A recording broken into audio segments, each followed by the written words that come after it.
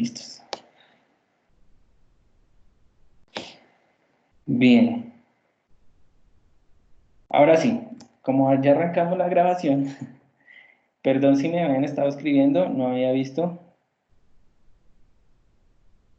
Ah, ok, listos. María Alejandra, no se demora, listos.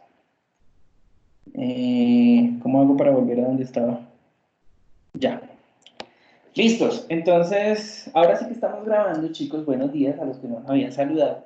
Estábamos diciendo que estamos rememorando lo que estamos haciendo en función de, haciendo un recorderis de lo que habíamos visto en modelos psicodiagnósticos y les estaba compartiendo que la idea es que dentro de esta asesoría, pues tener como un respeto sobre la forma en que usted está concibiendo la situación. Si bien existen conductuales rigurosos, también existen cognitivos rigurosos, es decir, que solamente les van a limitar el ejercicio a lo comportamental o solamente le van a limitar el ejercicio a los aspectos cognitivos.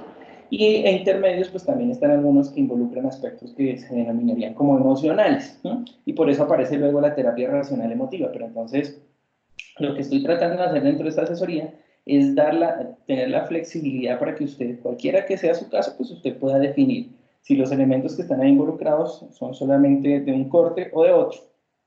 Y por eso abordamos pues modelos como el asunto del ABC. Y decíamos que en la formulación clínica habíamos, digamos, determinado unos pasos que no son una regla, sino que son una sugerencia para que usted tenga presente dentro de su proceso analítico, digamos que cuáles serían elementos primordiales o importantes dentro de ese proceso de análisis que usted debería tener en cuenta. El primero, que siempre ha sido así, es el asunto de la lista de problemas en las que usted pueda definir una serie de situaciones que el paciente identifica como problemáticos. Luego, las creencias centrales, que ahí es donde creo que vamos desarrollando ahora el proceso. Los precipitantes, donde aparecen cuáles son las condiciones iniciales y aparece como la hipótesis de adquisición y las hipótesis de mantenimiento. A partir de allí también les solicité, ya me acordé, una tareita que era que usted levantara de su caso una hipótesis de adquisición, una hipótesis de mantenimiento y una hipótesis diagnóstica. Ahorita miramos entonces quién hizo esa tarea. Luego aparece el asunto de las creencias centrales que lo estamos mirando, los precipitantes, las hipótesis para poder trabajar, los orígenes, eso digamos es un asunto que podemos trabajar desde la construcción de la anamnesis todo el tiempo, para poder establecer un plan de trabajo y poderlo conversar con el paciente. Eso es como el resumen de lo que habíamos estado viendo en los capítulos anteriores. Y a propósito de esta tablita, pues la conciencia que hacemos de que esto está vinculado de alguna forma con lo que ya habíamos revisado, es decir, que hay un proceso razonable, ¿sí?, que nosotros estamos siguiendo y que es el mismo que estábamos planteando anteriormente. ¿Listos? Y luego decíamos que listo, que si usted lo quiere tomar por el lado de la formulación clínica, que en la formulación clínica pues estamos siguiendo los mismos pasos. En esta ocasión pues vemos que la primera columna es donde se colocan todas las ideas, los problemas que la persona dice que nos está transmitiendo, que luego los categorizamos nivel 3, que es decir, de esa lista de problemas, cuáles puedo yo tener un índice clínico sobre esto y otros problemas sobre los que no tengo una descripción clínica particular. Hago mi resumen aquí y paré de contar. Entonces, estamos haciendo un trabajo que nos permite, sea ubicarnos de la forma que usted le vayan a orientar posteriormente o de la forma que usted decida trabajar actualmente, pues usted se puede ubicar tanto en la formulación clínica de esta manera como, digamos, desde otro punto de vista, de otro enfoque, con mayor libertad. Pero que sepa que los elementos son una estrategia común dentro del modelo cognitivo-conductual. ¿Listos? Luego se pasan aquí y lo último que habíamos dicho es que, claro, como usted se pasó del formato anterior acá con unas hipótesis que son las de adquisición, las de mantenimiento y diagnósticas, particularmente de esas tres, usted utiliza estrategias para validar esa hipótesis. Mi hipótesis es, por ejemplo, que en el caso de Jenny, la niña tiene ansiedad por separación o sufre ansiedad por separación. Bien podría ser. ¿Por qué? La sintomatología asociada parece indicarme que es eso, porque la señora siente ansiedad cuando el ex, que puede ser que sí es en este momento, se va a ir, ¿cierto? Y los síntomas aparecen cuando él va a volver a llegar. Entonces yo lo que tengo que mirar es, por ejemplo, si en mi hipótesis aparece ansiedad por separación, ¿Qué es lo que yo voy a hacer aquí en la estrategia de validación para constatar que sí se trata de ansiedad por separación? Entonces aquí ya habíamos visto que las principales estrategias estarán relacionadas con...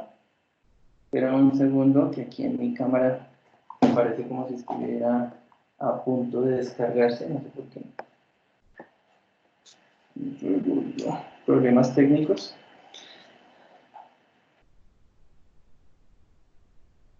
No me descarga. Le vemos la carita. Ya, si ya dejan de verme la carita china. Listos. Bueno, entonces la primera estrategia que yo le sugerí a Jenny y a todos, cuando usted ya tiene este tipo de hipótesis, que es una hipótesis sobre un diagnóstico clínico, es que vayan al manual diagnóstico y estadístico, el DSM-4 LTR o el DSM-5. Y allí vamos a contrastar ¿qué? Los criterios diagnósticos. ¿Cierto? Entonces aquí en estos criterios diagnósticos usted ya pueda definir cuál es la topografía de un cuadro ansioso en lo que el principal factor pues es la separación. Entonces aquí le va a decir cuáles son los síntomas que están asociados a ese cuadro particular y le va a decir cuáles son los tiempos en los que debe aparecer ese síntoma, además de las frecuencias con las que aparece. Entonces, nótese que acá yo ya lo que voy a hacer en mi estrategia de validación es primero observar qué es lo que me dice el DSM-4. Si yo no tengo información sobre hace cuánto, por ejemplo, uno de los criterios es que el síntoma haya aparecido por lo menos hace 2 años. Si yo no tengo esa información, nótese, ya en mi precesión, usted consulta con su asesor y le dice, mire, estoy tratando de verificar si se trata de una ansiedad por separación, pero ahí dice que los síntomas deben haber aparecido por lo menos en los últimos 2 años. Yo no tengo esa información. Entonces, en la precesión ponemos ahí explorar el origen del síntoma, explorar el inicio del síntoma, explorar va en la precesión porque usted está preparando que eso es lo que va a hacer. Mire que esto tiene unas lógicas que son bien interesantes. ¿Cuándo tenemos mayor indeterminación? Pues por cuando no sabemos qué es lo que vamos a buscar. Entonces, por eso una de las estrategias es mirar cuáles son los criterios diagnósticos y a partir de esos criterios diagnósticos, pues yo ya voy a buscar elementos particulares. Por ejemplo, también puede decir que esa serie de síntomas aparecen con una frecuencia particular dentro de un periodo, ¿cierto? Entonces, esa frecuencia, si no la tengo muy clara, pues la tengo que establecer. ¿Cómo puedo establecer la frecuencia? Entonces, ahí es cuando ya empezamos a pensar en los autorregistros, en las tablas, para poder mirar si se adecua o no a una frecuencia de lo que me está diciendo o lo que me está solicitando el manual diagnóstico. También me está hablando de unos tiempos, de unas frecuencias, de unas magnitudes que hacen referencia como a esa serie de síntomas que yo voy a constatar. Entonces yo acá puedo colocar que voy a validar con el DSM-4, ¿cierto? Bueno, con el DSM-5, porque ustedes ya están volando, ¿sí? Y puedo identificar otras cosas. Dentro de ese criterio del DSM, el manual diagnóstico, pues pueden aparecer también otro tipo de nociones como que están relacionados con la medición de los síntomas de una forma más específica. Entonces es posible que usted además necesite aplicar una prueba. Entonces usted dice, listo, voy a aplicar el STAI, ¿cierto? Ansiedad, estado, rasgo. Voy a aplicar una prueba de personalidad. Entonces voy a aplicar además el 16PF porque necesito saber si es que la persona es naturalmente ansiosa, que pudiera suceder, ¿cierto?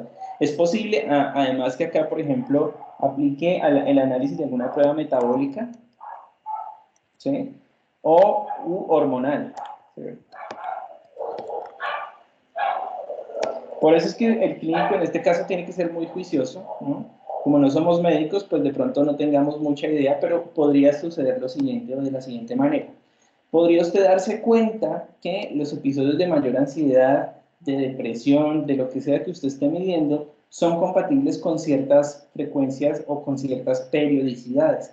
Por eso es importante cuando estábamos haciendo la medición que utilizáramos herramientas, por ejemplo, estadísticas, que son las que le van a permitir mirar esto. Por ejemplo, les voy a dar un ejemplo sin que yo sea machista ni nada de eso, sino que pudiera suceder que ustedes identifiquen que los cambios están dando, o los picos emocionales están sucediendo ciertos momentos del mes, ¿sí?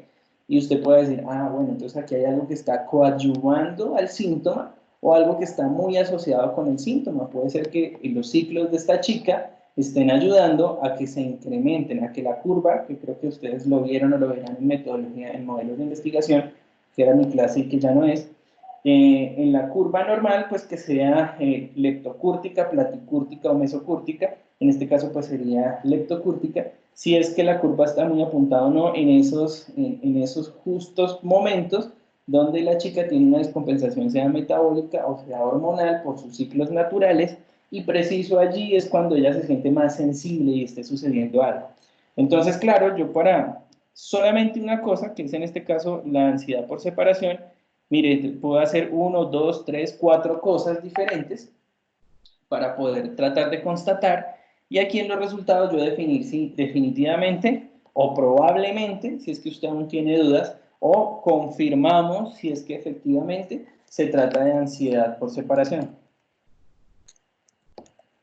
U otro tipo de ansiedad, ¿no? Tal vez usted logre describir que sí es ansiedad, pero es ansiedad generalizada. Sí es ansiedad, pero es ansiedad no especificada. Entonces, aquí la importancia recae en esta estrategia de validación. Para eso nosotros también entonces podemos utilizar, por excelencia, utilizamos pruebas, ¿cierto? Pruebas que nos sirvan para aproximarnos a esa confirmación o no de esas situaciones. Esa es mi estrategia de validación. Eso lo habíamos visto el semestre pasado, pero esta sería como la forma en que en el hilo conductor aplicaría. ¿Dudas, preguntas hasta ahí? No, no, señor. Jenny Borja, ¿quién más? Ah, ¿usted se conectó 2 veces? No, profe, todo está entendido. Jenny Ruiz, espéreme. Giovanna, hábleme.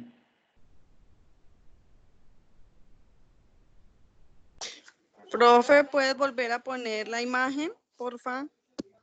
¿Qué hace? ¿Le va a tomar foto? Joana se durmió.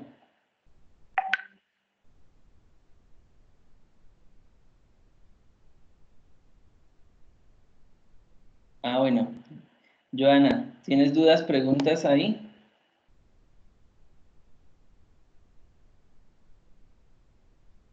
Creo que si Joana no me responde, no puedo continuar. Es muy importante para mí que Joana me diga si tiene dudas o no. ¿Si puedes volver a la imagen? Sí, señora, sí puedo volver a la imagen. Cuando la encuentre. Un segundo que se me perdió la imagen. Ya. ¿Listos? Este era el formato que corresponde a la formulación clínica, ¿no? Es en este caso, pues, el asunto de la identificación de problemas blancos que define esencialmente, pues, cuál es el problema en el que yo me voy a centrar, ¿no? Acuérdense que la persona me pudo haber dado un listado de 30 cosas, ¿cierto? Pero esas 30 cosas, digamos que yo voy a mirar, hacer grupos para tratar de aproximarme a cuáles de esas 30 cosas con cuáles de esas 30 cosas puedo hacer grupos que sean clínicamente significativos y que yo pueda trabajar dentro del proceso. Entonces, para eso formulo unas hipótesis particulares que las hice en el formato anterior, y ya en este formato, digamos, estamos hablando de formato si lo quiere hacer sobre el formato de formulación. Si no, pues usted simplemente dentro del modelo de su intervención pues las va consignando en su libretica y en la historia clínica de lo que está haciendo, y luego pues desarrolla una estrategia. Dice, listo, mi estrategia es, voy a observar los criterios diagnósticos del DSM, voy a mirar si aplico un STAE para mirar si la ansiedad es un estado o es un rasgo particular. Voy a mirar el 16PF y voy a mirar si tiene alguna descompensación metabólica o hormonal. Para eso no es que lo tenga que mirar yo, sino que puedo consultar. El ejercicio es consultar en el historial médico de la persona si de pronto allí existe alguna dificultad, si la persona está sometida a algún tratamiento médico, si está consumiendo algún medicamento.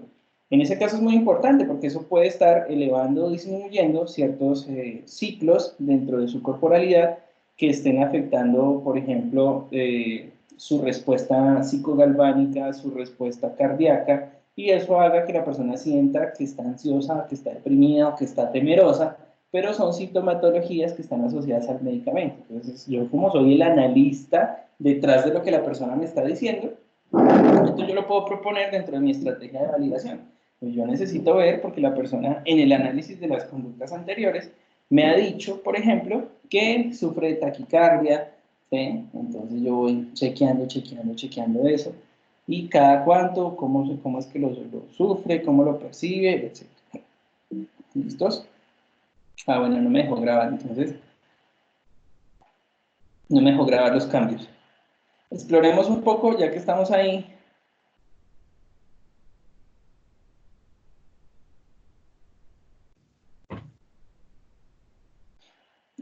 ¿Cuál era el formato que seguía? Entonces, vea. Profe, una pregunta. ¿Te acuerdas la tarea que nos habías dejado? ¿Me puedes repetir otra vez? Pues yo no la hice, porque se me Ah, olvidó realmente. ok. Pero ¿nos puedes repetir otra vez lo que debe tener, por favor, para yo anotarlo aquí y tenerlo en cuenta para hacerlo? Claro, usted debe, digamos, con la información que tiene, eh, hacer una hipótesis de adquisición. Es una hipótesis, o sea que usted bien podría construirla para constatarla o no. Eso quiere decir que usted hace una hipótesis sobre la forma en que la persona adquirió esos síntomas, esas conductas por las que está consultando. Las hipótesis de mantenimiento, entonces usted hace unas hipótesis que diga, bueno, puede ser que esta señora, ¿sí?, adquirió ese pensamiento que es de estar subvalorada, o de no poder, o de no tener una sensación de logro, ¿sí? Y esa está siendo mantenida por la situación que ella tiene, digamos, dentro de su familia. Entonces usted lo va consignando, va mirando a ver. Y la tercera hipótesis que debe aparecer ahí, pues es la hipótesis diagnóstica. O sea, ¿cuál es el diagnóstico? ¿Qué tiene? Ansiedad, depresión, no sé, ¿qué es lo que tiene? Baja autoestima, lo que sea, entonces usted va considerando ahí una hipótesis. ¿Mm?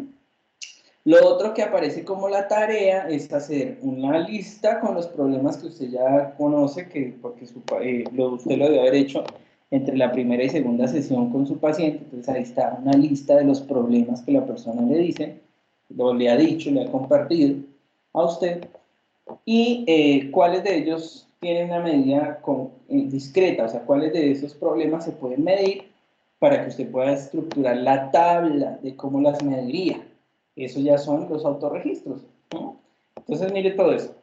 La hipótesis de adquisición, la hipótesis de mantenimiento, la hipótesis diagnóstica y las conductas que son discretas o susceptibles de medir. ¿En qué autorregistro las mediría usted? ¿Cómo las mediría usted? ¿Se acuerda que veíamos una tablita y decíamos puede ser por días, puede ser incluso por horas, donde usted le diga a la persona, mídame esto, para poder sacar de ahí la línea base, ¿cierto? Entonces, eso es lo que compone la tareita como en general, ¿cierto? Ok, profe. Vale. Listo. Sí, sí. Bien, y luego entonces, bueno, aquí esta tablita la utiliza la formulación para establecer los objetivos. Nosotros no necesariamente tenemos que sacar los objetivos de acá, sino que haciendo o construyendo nuestra línea base, que es lo que acabamos de decir, podemos construir nuestros objetivos, ¿cierto? Los objetivos en términos generales serán incrementar o decrementar una conducta, o en términos generales esa será, digamos, nuestra función. Y aquí en la formulación clínica, pues lo que me están diciendo es cuáles son las categorías de los problemas hasta la categoría nivel 3, ¿sí? Y cuáles de estos yo puedo medir y hacer un objetivo particular con cada uno de ellos. Eso es en el análisis de la formulación, ¿cierto? ¿Cuáles son las categorías de los problemas blancos? ¿Cuáles de ellos puedo medir o puedo hacer en el nivel de análisis? Y listos, ya, eso sería, digamos, con respecto a esta formulación clínica, lo que nosotros estaríamos haciendo desde allá, que si lo vamos a transmitir acá, entonces ya podemos pasar de allá para acá las hipótesis que nosotros hayamos hecho, miren, simplemente es cuadrar en las tablitas las hipótesis que hayamos hecho de adquisición entre el problema. Si tenemos unas fechas de inicio sería lo ideal.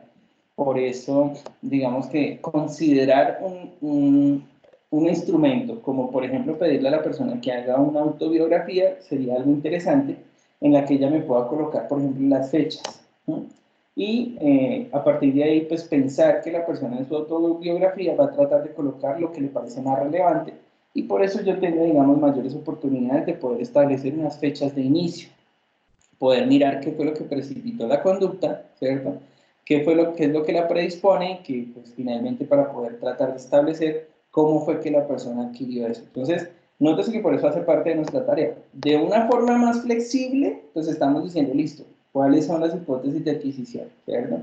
De una forma más rigurosa, que es la tarea, de una forma más rigurosa, pues estaríamos utilizando, por ejemplo, la formulación clínica, que si no te digamos algunos elementos antes de llegar a la hipótesis de adquisición, que sería esta, ¿no? Todo eso, digamos, lo hemos visto desde otro punto de vista. Y luego viene el análisis funcional o molecular. Entonces aquí ya empatamos con lo que vamos nosotros.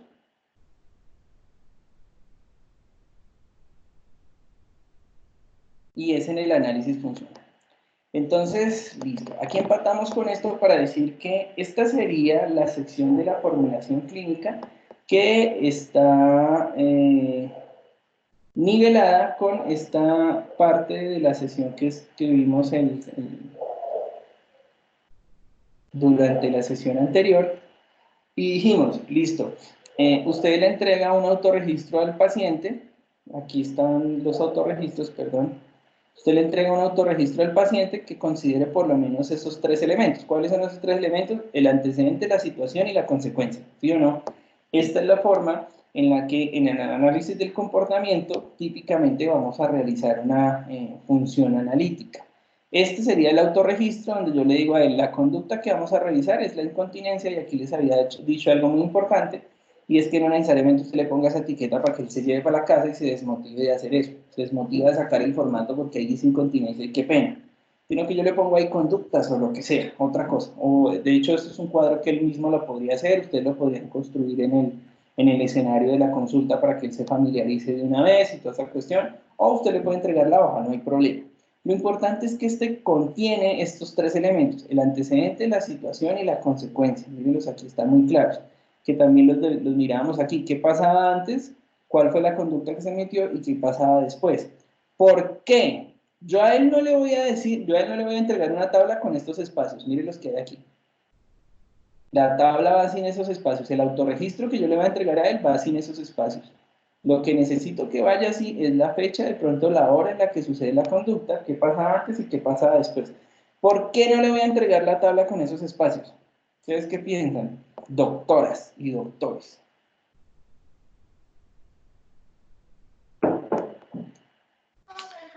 Porque de pronto se va a limitar simplemente a colocar o sea, alguna información con tal de suplir los espacios de las columnas y va a quedar de pronto información que es importante para nosotros por fuera, por decirlo así.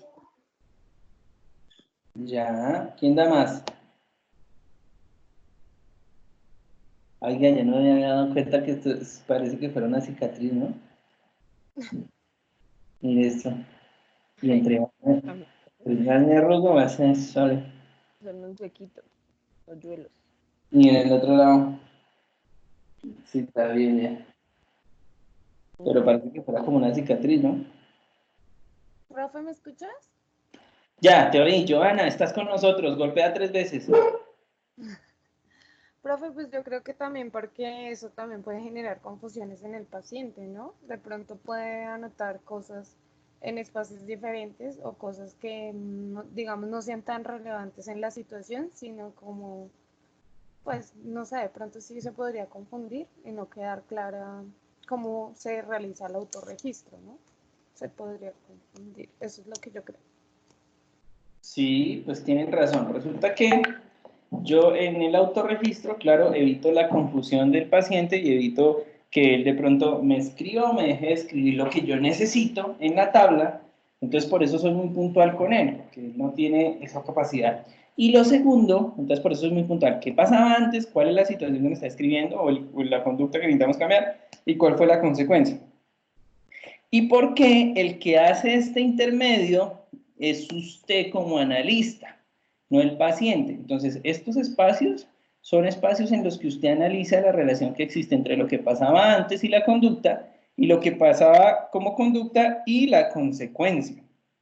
Este espacio es suyo, ¿cierto? Porque usted es el profesional que va a decir qué tipo de relación existe entre una cosa y la otra.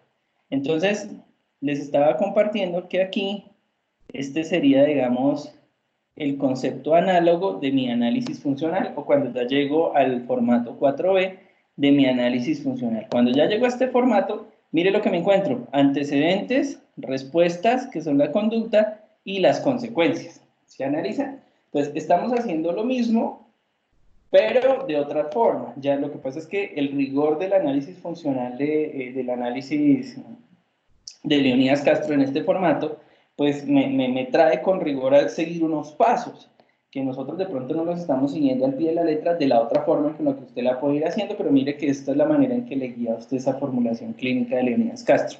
Entonces, ¿qué estoy poniendo aquí? Mire, exactamente lo mismo que estaba en la tablita de Excel: el antecedente, la respuesta, que es la conducta, y las consecuencias. Esto es lo que me está pidiendo este formato. Yo aquí identifico el paciente, supervisor, en este caso porque es un formato académico. Estoy mirando cuál es el problema blanco o la conducta particular que estoy sometiendo a análisis, por ejemplo, la respuesta de berrinche, o ¿cómo se dice? Berrinche no, sino, eso es un concepto que pronto no se maneja mucho por aquí. Pataleta. Eso, pataleta. Listo. Entonces, lo que estoy tratando de mirar es qué pasa antes de la pataleta, o qué pasa usualmente antes de esa pataleta. ¿Sí? Ellos me consultan, digamos que es el papá o lo que sea, me consulta porque es que esta es la conducta que ellos deciden modificar. Una, dos, tres, cuatro, cantidad de conductas, no importa. ¿Sí? Entonces usted pregunta, bueno, ¿qué era lo que pasaba antes? No sé qué puede estar pasando antes de la pataleta. El Que el antes niño, de separación de los padres o algo así, ¿no? la separación de los padres, que fueron a la... Ah, creo que este ejemplo se les había dado, que fueron a la tienda y el niño pidió un buñuelo en la tienda cuando le llevaron a comprar el desayuno. ¿Sí o no? Creo que Listo. tú nos habías enviado esos formatos, ¿cierto? Claro, si no los Todos. tienen, ustedes los revisan, yo se los comparto. Entonces, Ay, sí, profe, por favor, compártenos esos. Yo no los tengo.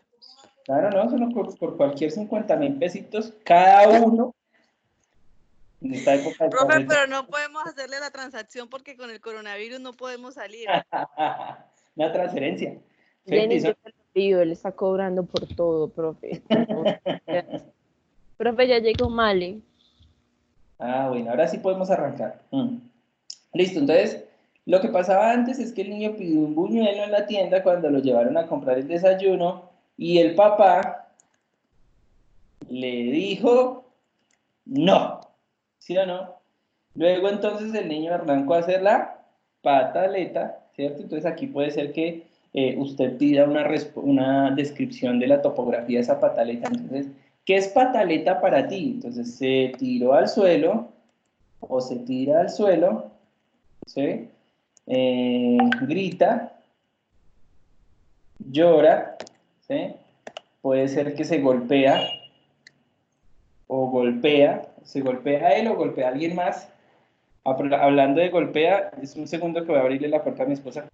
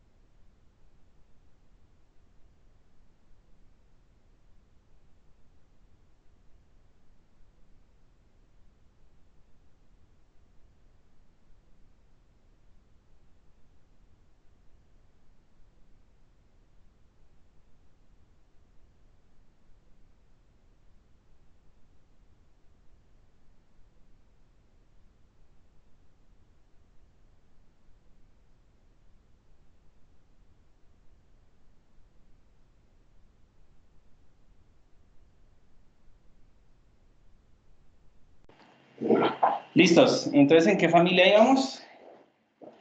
En que... Ah, bueno, espera un segundo, que estaba mirando que Joana me preguntó, ¿los resultados se dan a raíz de los criterios y las pruebas de nuestro paciente? Sí. Cuando estamos me imagino que lo preguntas cuando estamos comprobando la hipótesis. Sí, cuando estamos comprobando la hipótesis, María Alejandra, buenas noches. Cuando estamos comprobando la hipótesis, Hola, profe, entonces, perdón llegar tarde. tranquila, el transporte. Cuando, cuando estamos comprobando la hipótesis, podemos entonces hacer las pruebas, mirar el DCM, mirar los diagnósticos médicos que tenga la persona y toda esa cuestión. Entonces, sí, los resultados se dan a raíz de los criterios que se hayan cumplido, los criterios diagnósticos que se hayan cumplido basado en el DCM, y lo que tú puedas decir que sí o que no se cumplía como en la hipótesis que tenías de cada uno de los elementos que estabas investigando. Por ejemplo, si descubres que hay elementos metabólicos o que hay elementos hormonales dentro de la situación.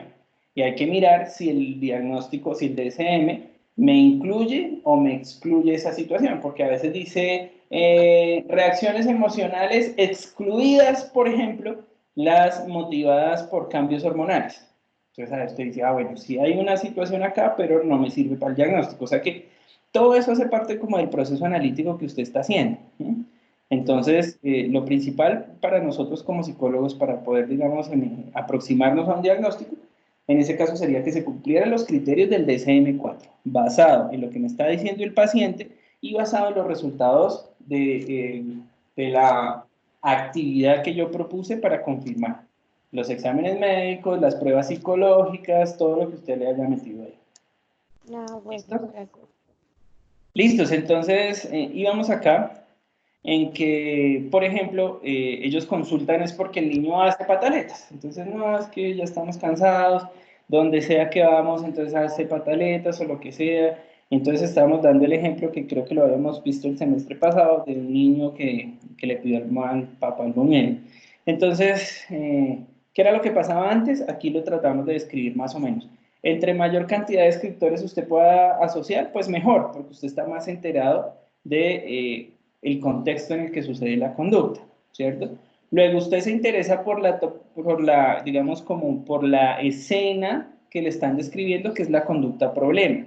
Usted le interesa saber específicamente de qué se trata, porque una pataleta para una persona puede ser una cosa y una pataleta para otra persona puede ser otra cosa. Vean, en consultas yo he tenido hermanas que tienen dificultades y se golpean, se madrean, o sea, son groseras entre ellas, se muerden, se pellizcan, incluso una de ellas mordió a la otra, le quitó un pedazo de oreja estilo Hollywood y se la llevaron a prisión preventiva, no sé qué, y mientras la otra en un hospital. Son peleas duras. Y también tuve a alguien que decía que discutía con su pareja y las discusiones eran, tú eres un tonto, ay no, no me digas así, tonta, tonta, de lejos y ya. Y eso es una discusión para ellos.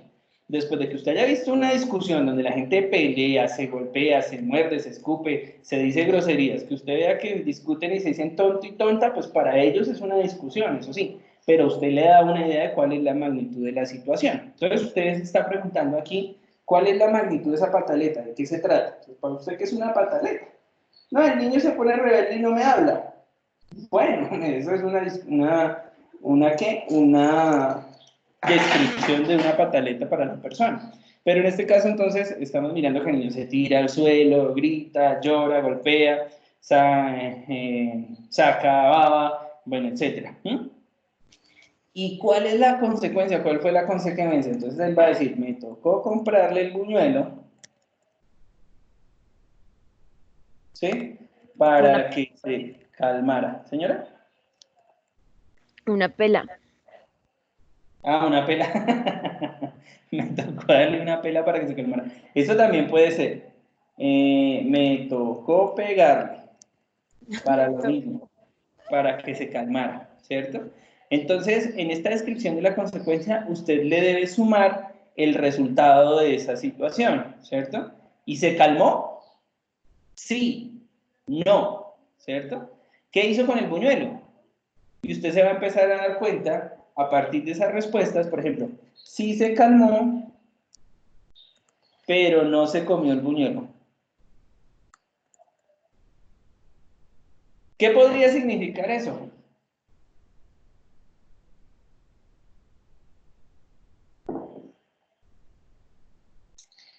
Siempre que hay un tercero, alguien podría estar analizando esta situación, digamos, sobre todo a favor del niño, ¿cierto?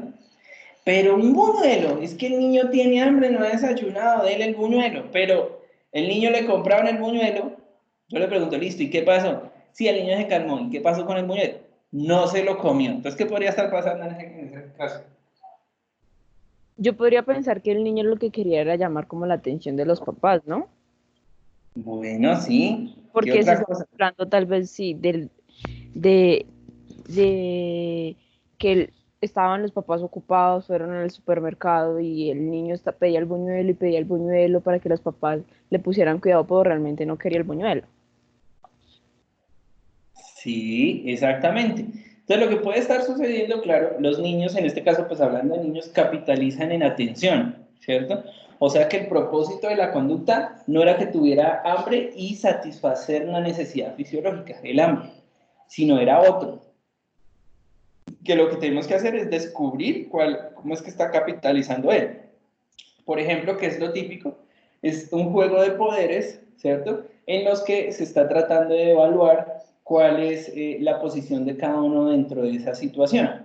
Entonces, sí, lo logré, me compré el buñuelo, hasta ahí ya tuve la sensación de logro. Lo mío no era hambre, era hacer entender que cuando yo pido un buñuelo, necesito que me entreguen un buñuelo, ¿cierto? Lo mismo, cuando le tocó pegarle, ¿y qué pasó? ¿El niño se calmó o no se calmó? ¿Cierto? Entonces puede ser sí, que se calmó, puede ser que no se calmó, ¿cierto? O no se tranquilizó y ya, ¿cierto? Habría que ver.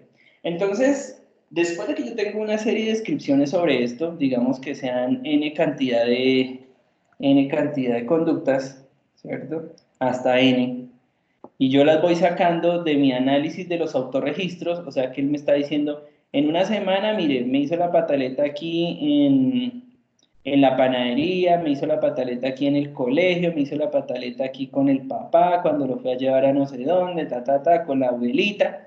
Entonces, lo que estoy tratando de sacar es la cantidad de elementos que están relacionados con estas situaciones entre lo que pasaba antes y lo que pasaba después, y si las respuestas tienen alguna modificación de acuerdo al escenario. Esto es supremamente relevante, porque a veces esta conducta que se dice aquí una pataleta, pues tiene, digamos, una función diferente, pero no solamente una función diferente, perdón, sino que también se presenta de diferente manera de acuerdo al escenario. Por ejemplo, a veces esta pataleta es de esta forma con la mamá, pero no con el papá. O sea que esta misma pataleta que dicen aquí con el papá puede ser simplemente que se pone bravo y ya, no me habla y listo. Entonces, por eso les decía, es importante registrar también cuál es la calidad de la respuesta, porque ahí yo ya estoy mirando que existe una respuesta diferencial. O sea, que hay una forma diferente en la que él se está comunicando, si es que aquí sucedió con la mamá y aquí sucedió con el papá, y eso también me está dando ideas, ¿cierto? Acerca de la forma en que está interactuando él con cada uno, porque es que el niño, el caso del niño, pues es inteligente. ¿Esto puede suceder entre los adultos? Pues claro. ¿Cuál es el motivo de una discusión? Es que usted me pelea por todo. Entonces aquí pone listo. Entonces, ¿cuál es la característica de esa pelea? ¿No? Cualquier cosa, los celos, es muy celoso, o es inseguro, o bueno, no sé, o es ansioso, depende de la característica que estemos hablando, que sería lo que va aquí, como la conducta, ¿cierto? Entonces usted tendrá que empezar a documentar, listo, ¿y qué pasaba antes? No, pues es que estábamos viendo televisión y ¡tling! Me sonó el celular. Ah, sí, ¿quién le está chateando? Entonces, antecedentes, ¿cierto? Entonces, antes de la conducta sucede algo de esto, estamos mirando Netflix, y ¿cómo así que cómo así que ese profesor le está escribiendo hasta ahora? Podría ser. ¿Cómo así que no sé quiéncito le está escribiendo hasta ahora? Podría suceder, ¿cierto? Antes de. Bueno, entonces, ¿cuál fue la respuesta, no? Entonces él empezó a alegar, o se puso digno y no me quiso hablar, eso puede suceder entre parejas, o arrancó y se fue, o en casos más graves, pues no sé, me maltrataba, o, ¿sí? Entonces usted está aquí escribiendo la topología de esto. Y al final, ¿qué pasó? No, pues me tocó pedirle perdón, me tocó mostrarle el WhatsApp, o me tocó mostrarle el historial de llamadas, o me tocó meterme a Facebook y mostrarle quién era el que me estaba hablando. No sé, usted lo sabrá más que yo. Eso pasa entre parejas, ¿cierto? Entonces usted coloca aquí, ok, hizo eso, listo. Entonces me tocó mostrarle el historial de la charla para que se calmara. ¿Y se calmó? No sé, dígame usted, ¿cierto? Entonces, ¿y se calmó? Sí, se tranquilizó y ya, y entonces me dio un beso y ya, listo. Ah, bueno, listo. O no, no se calmó, siguió con la idea y entonces ahora cada vez que me escriben tengo que mostrarle eso. Entonces yo tengo que mirar, ¿sí? ¿Cuál es la relación que existe entre esos tres elementos? ¿Qué es lo que está sucediendo? Por ejemplo, en el caso de la señora que está manejando Jenny, ¿sí? Entonces, por ejemplo, que la hacen sentir mal, tiene sensaciones de depresión, de angustia o de ansiedad. Entonces, normalmente, ¿qué está pasando antes de eso? Si es que existe un maltrato físico, un maltrato verbal, si es que el niño no llega, ¿qué es lo que está pasando antes, cierto? Que hace que ella dispare esa conducta o esa sensación particular. ¿Y qué pasa después? ¿Sí? Entonces, vamos a mirar dónde, digamos, cuáles son las características en términos de esos tres elementos. ¿Dónde estábamos? Estamos hablando que esos tres elementos, ¿dónde están? Pues en ese formato de autorregistro que yo le di a la persona, donde me está capturando los antecedentes, la situación y la consecuencia.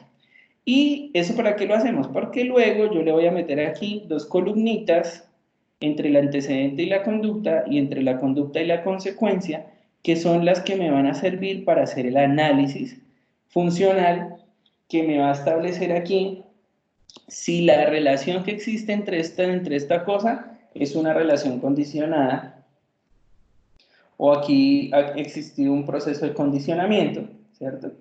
Y si la relación que existe entre, bueno, entonces primero miremos esto. Por ejemplo, si existe una relación condicionada, entonces resulta que es que hace mucho tiempo, ¿cierto? Desde la primera vez que salieron, por ejemplo, a la tienda con el niño, lo primero que hicieron fue comprarle un buñuelo, ¿cierto? Entonces, esa relación se ha condicionado en la medida que el niño asocia, ¿sí?, salida con recompensa. Porque ahora, bueno, ustedes de pronto lo saben más que yo, entonces ahora resulta que cada salida me toca comprarle algo. Pero ¿de dónde sacó eso el niño? Lo sacó de su historia, ¿no? Entonces ahí es cuando yo tengo que mirar la relación que existe entre el antecedente y esta respuesta o esta consecuencia. Entonces resulta que, claro, como yo en el historial de salidas a la tienda con el niño le enseñé que cada vez que sale le compro algo, en los momentos en que dejé de hacerlo, él sintió pérdida. Dijo, me están tumbando, ¿cómo así? Yo estoy acompañando, ¿qué pasa con un buñuelo? ¿Cierto? Y a partir de ese momento, por ejemplo, empiezas a explorar la respuesta. ¿Cuál es la respuesta adecuada para eso? Típicamente un niño que está frustrado no tiene herramientas o no tiene elementos para enfrentarse a la frustración. Entonces eso usted lo debe tener claro en el escenario de una intervención clínica con niños.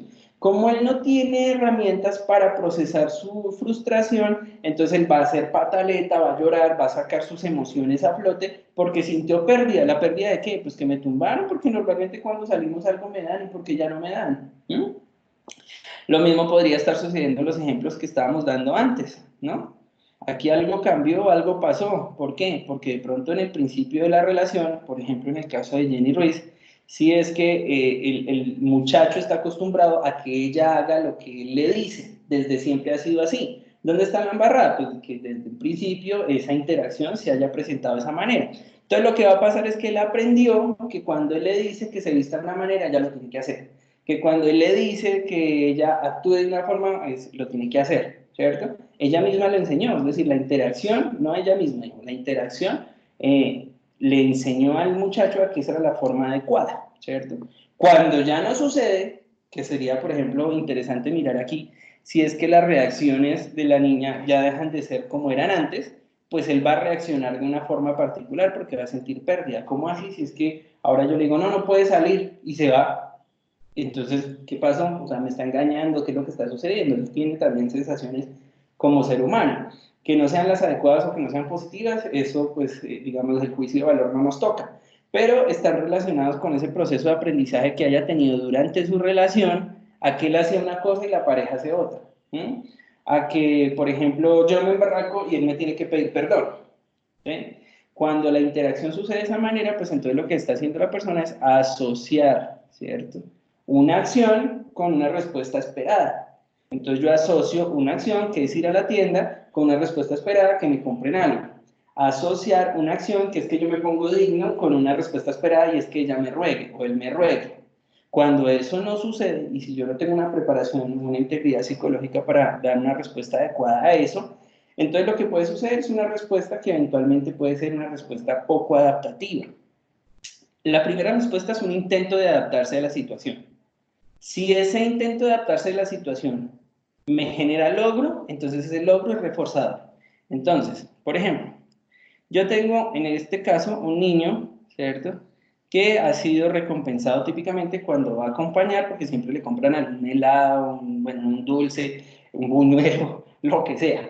Esa respuesta entonces por asociación está siendo aprendida. Eso sucede mucho con los niños muy pequeños, que uno por cariño, entonces el niño señala y uno les da, lo que está haciendo es un esquema de aprendizaje con reforzamiento.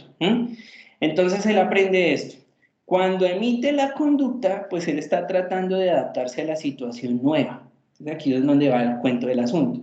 No sé cómo responder cuando no me dan porque nunca había sucedido. Por ejemplo, la pareja de la niña que tiene Jenny. No sé cómo responder cuando quiero una relación sexual y ella no me la otorga. No sé. Entonces ahí es donde aparecen los intentos de adaptarse a esa nueva situación. Me emberraco, ¿sí? Lo exijo, me voy, golpeo, grito, hago una pataleta, ¿qué hago? Cuando aparece ese nivel de respuesta, perdón, estoy hablando por los dos, ¿no?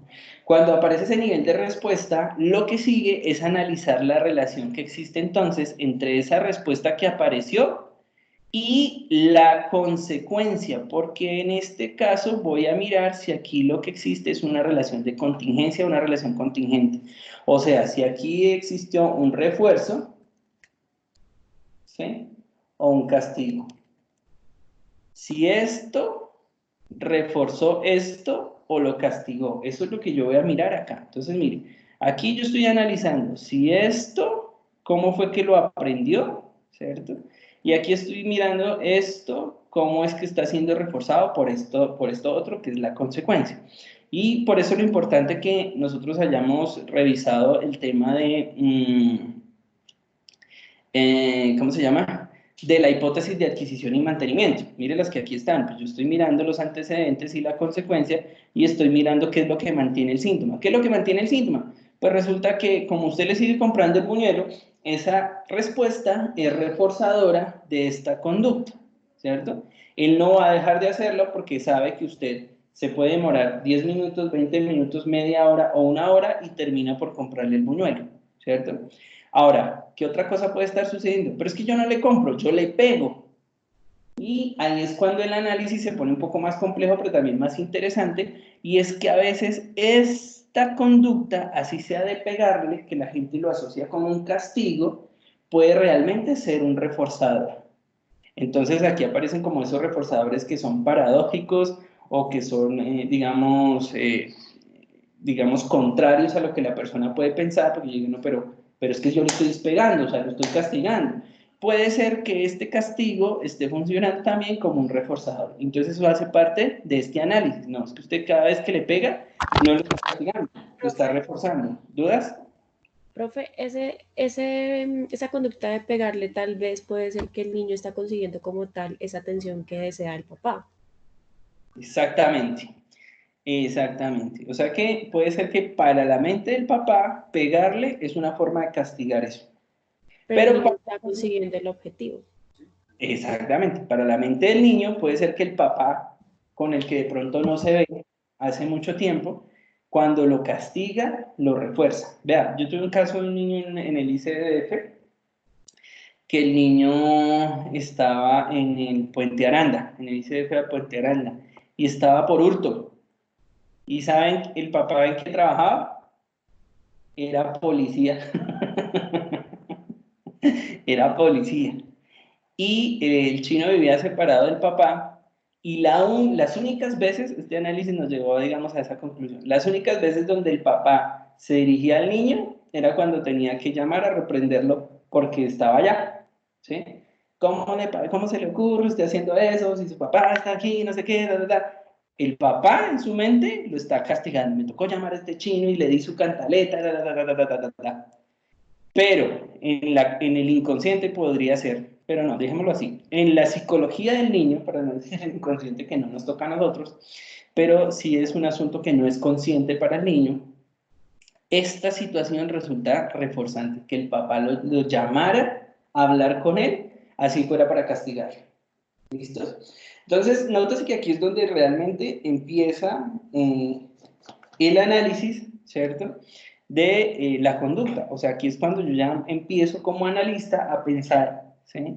¿Por qué es que sucede esta vaina y por qué es que sigue sucediendo? Porque es que los papás, a pesar, porque ellos acá pueden decir que han intentado varias cosas. Mire, yo he intentado comprándole el buñuelo, he intentado pegándole, he intentado hablar con él, ¿sí? Y no cambia. Entonces aquí es donde yo tengo que hacer, digamos, especial énfasis cuando estoy mirando una serie de conductas que los padres dicen que no han podido extinguir. ¿No?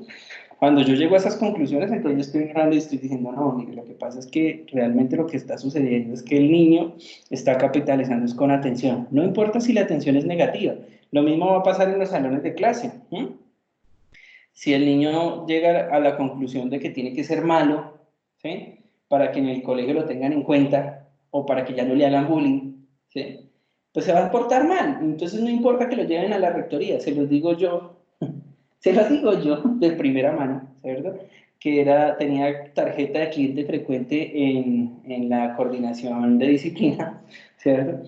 Entonces no importa si uno se está portando mal, no importa si uno está recibiendo un castigo aparente por lo que está haciendo, pero eso puede estar trayendo réditos en otro sentido. Chao, mi amor, mi vida.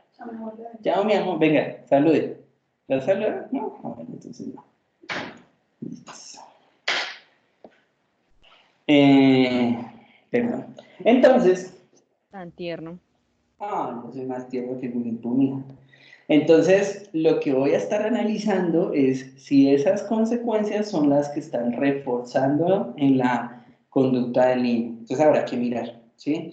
Por ejemplo, esto lo podemos ver en positivo o lo podemos ver en negativo. Alejandra ahorita que habló, no me acuerdo si era Alejandra ahora, no, era Paula, ¿cierto? Que tiene el caso de una niña que tiene un historial de abuso no consumado, como de acoso, ¿sí? Entonces, ese historial de acoso pues le está como trayendo una serie de consecuencias con su relación actual. Entonces, usted también va a mirar el escenario, pues qué es lo que pasaba antes, qué es lo que hace, cuál es la característica de la conducta del comportamiento y qué es lo que hace que se refuerce, ¿sí? Yo les había contado también la historia del abuso de una persona que tenía 35 años en esa época y que él se dio cuenta, digamos, durante el proceso recuerda un abuso infantil, ¿cierto? Y lo que sucede es que él tiene la conducta de evitar o de evitación de escenarios o de escenas sexuales, ¿cierto?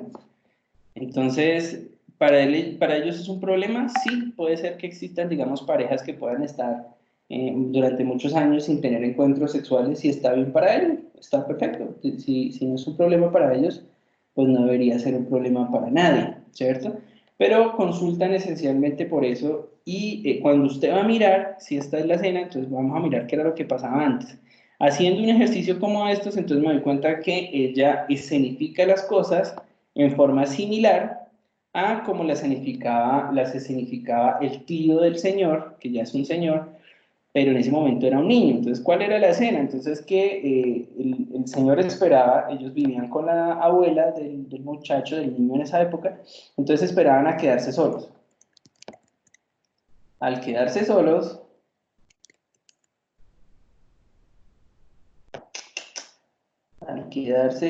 en casa, el señor, digamos, apagaba el televisor, apagaba la luz, ¿sí? Digamos, metía con él en la cama, etcétera, ¿cierto? Y todo eso, él lo asoció entonces con sus sensaciones y con la situación de abuso. Entonces él aprendió, tiene una relación ahí en la que él hizo una asociación entre todos esos elementos de quedarse solo en la casa, de que alguien estuviera, se aproximara a él, le apagara el televisor, apagara la luz, se metiera en la cama y empezara a decirle cosas. Entonces, aunque su pareja actual a eso le parezca muy normal y le parezca romántico, él ya hizo un ejercicio aquí de asociación y la hizo en su infancia, ¿cierto? Esa asociación eventualmente pues está condicionando una serie de respuestas. Esas respuestas pues son las de evitar las escenas sexuales, las de, digamos, producir, en este caso, digamos, producir impotencia o producir una serie de síntomas de asco o de otras situaciones que la pareja actual no entiende, ¿cierto? Pero resulta que como ella tiene una forma de aproximarse que es similar, ¿sí? Eso hace que el síntoma se mantenga, ¿sí? Entonces, resulta que aquí esa forma en la que ella se aproxima refuerza la respuesta particular, ¿no? Entonces yo tendría que mirar, a veces esto funciona en positivo, a veces funciona en negativo, y en este caso pues yo tendré que, por ejemplo, reducir estas respuestas, porque no son deseables.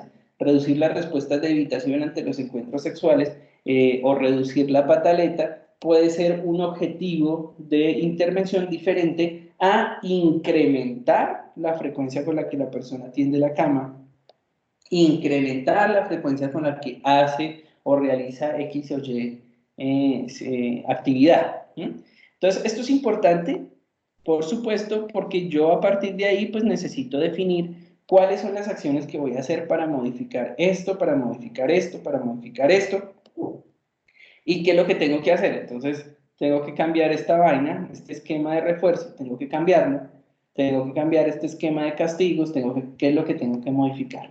¿Listos? Creo que si cierro esto no está guardando.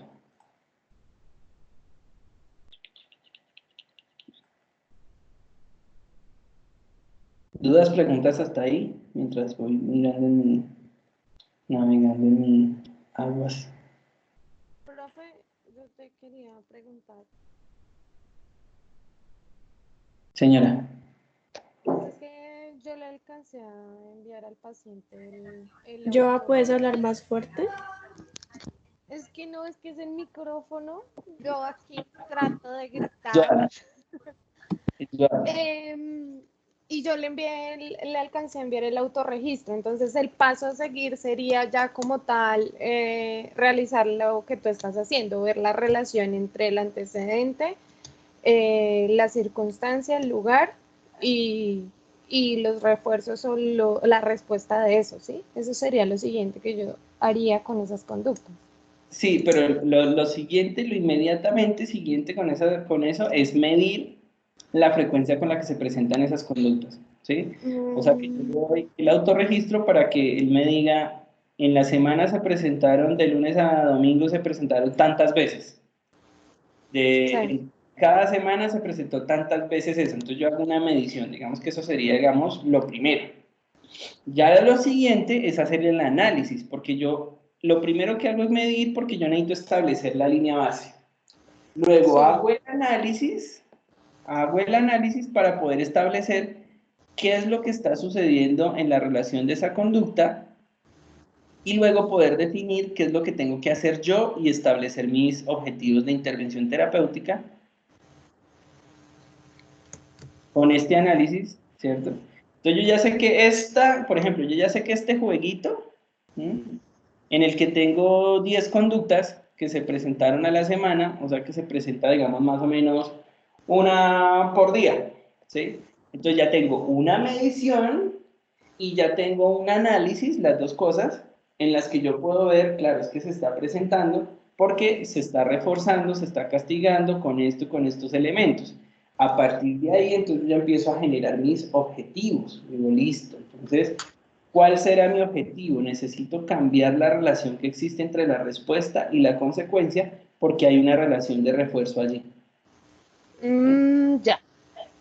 Gracias. Entonces, Claro, lo que yo hago con el autorregistro son varias cosas. Lo primero, si digamos vamos a mirar en términos de paso a paso, pues sería ese asunto de evaluar cuál es la frecuencia con la que se presenta una conducta, porque esa es la frecuencia inicial con la que vamos a empezar. Entonces, inicialmente el niño hacía de 5 salidas, 5 pataletas, o sea, al 100%. Y entonces mi propósito es reducirlo. Pero como si yo no hago el análisis, no sé cómo reducirlo, entonces necesito, después de haber mirado la frecuencia, hacer el análisis de cómo está funcionando la conducta para poder empezar a ofrecer modificaciones. Mire, ¿cuál sería una de las modificaciones? Venga, miramos. Entonces, si el niño tiene aquí una situación de aprendizaje donde aprendió a asociar una cosa con la otra, ¿sí? Yo puedo empezar a modificar la manera en que está sucediendo el antecedente para tratar de modificar la condición o el condicionamiento que aparece aquí, ¿sí?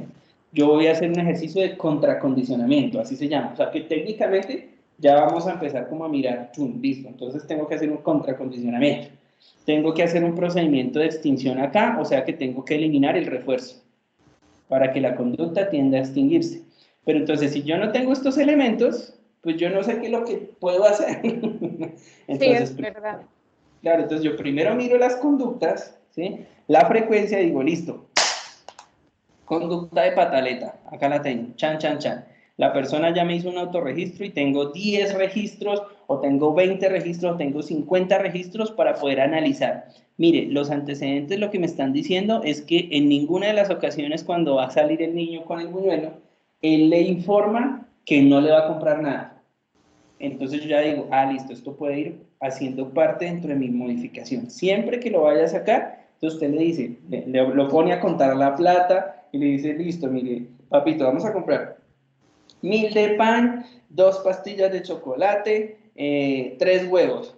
Los huevos valen 200, los nuevos, ¿cuánto le da eso? Listo, ¿cuánta plata hay ahí? Si ve que no hay plata, entonces usted ya empieza como a trabajar sobre eso, elementos muy específicos, para mirar cuáles, digamos, empiezan a ser las consecuencias. Entonces usted se puede ir dando cuenta, por ejemplo, como, claro, es que mire, solo con darle información al niño de que no hay más dinero que este y que este dinero alcanza solamente para esto, esto ya hace que en mi siguiente medición, por ejemplo, ya no hayan sido 5 pataletas de 5 salidas, sino 3.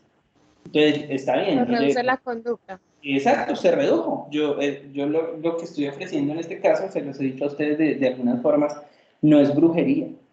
Yo lo que estoy haciendo acá es un análisis y yo aquí ya le puedo decir, si vio, o sea, con solo darle información, mire, ya la conducta se redujo, no se extinguió, se redujo. La conducta como sigue apareciendo, entonces yo también me puedo fijar aquí en el reforzamiento. Entonces, si usted aquí a la salida le dice que no hay más plata, ¿cierto? A la que van a salir a comprar, pero si luego de la plataleta usted le resulta comprando, ¿cuál es el mensaje implícito que le está dando al niño?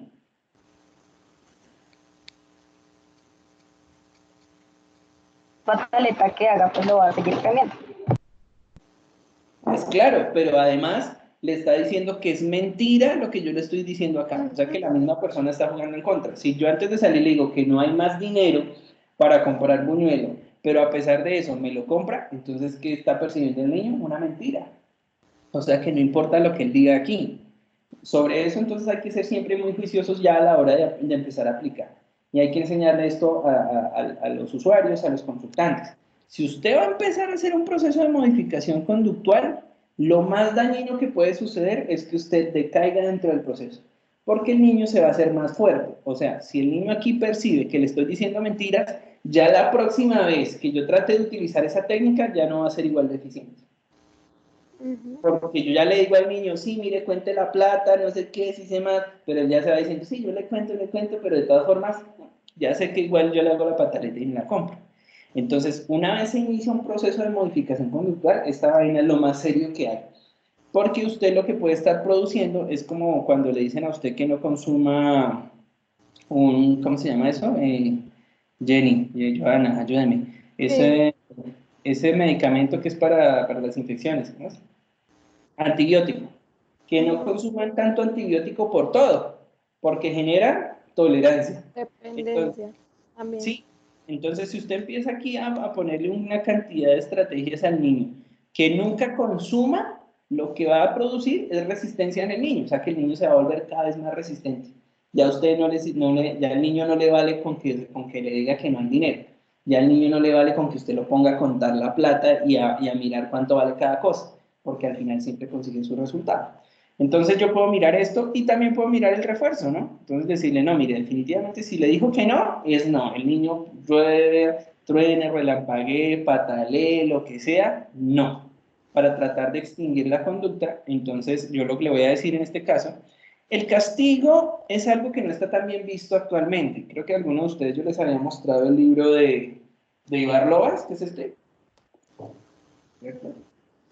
En el que se manejan planes. Ay, ¿no me están viendo? Ay, qué tristeza. No, profe. Ya, me tienen que estar viendo, chicos. Este que era el de Ibar Loas, ¿cierto? Donde les explicaba que aquí hay un plan de manejo conductual bien interesante. Pero entonces, cuando yo trato de producir la extinción de la conducta, entonces yo simplemente lo que voy a hacer son reforzamientos a la conducta deseada y voy a dejar de reforzar y de castigar conductas indeseadas. El castigo pues siempre ha sido mal visto porque ha sido mal entendido, ¿cierto?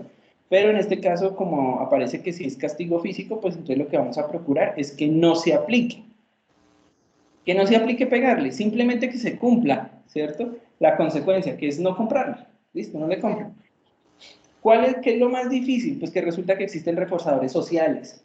Entonces, esos reforzadores sociales funcionan a favor y en contra del proceso. ¿Por qué? Por ejemplo, puede ser que el papá no le perturbe tanto la pataleta del niño como le perturba la forma en que lo ven los demás cuando el hijo hace pataleta. Entonces hay que mirar también esa parte, que es al papá, ¿cierto?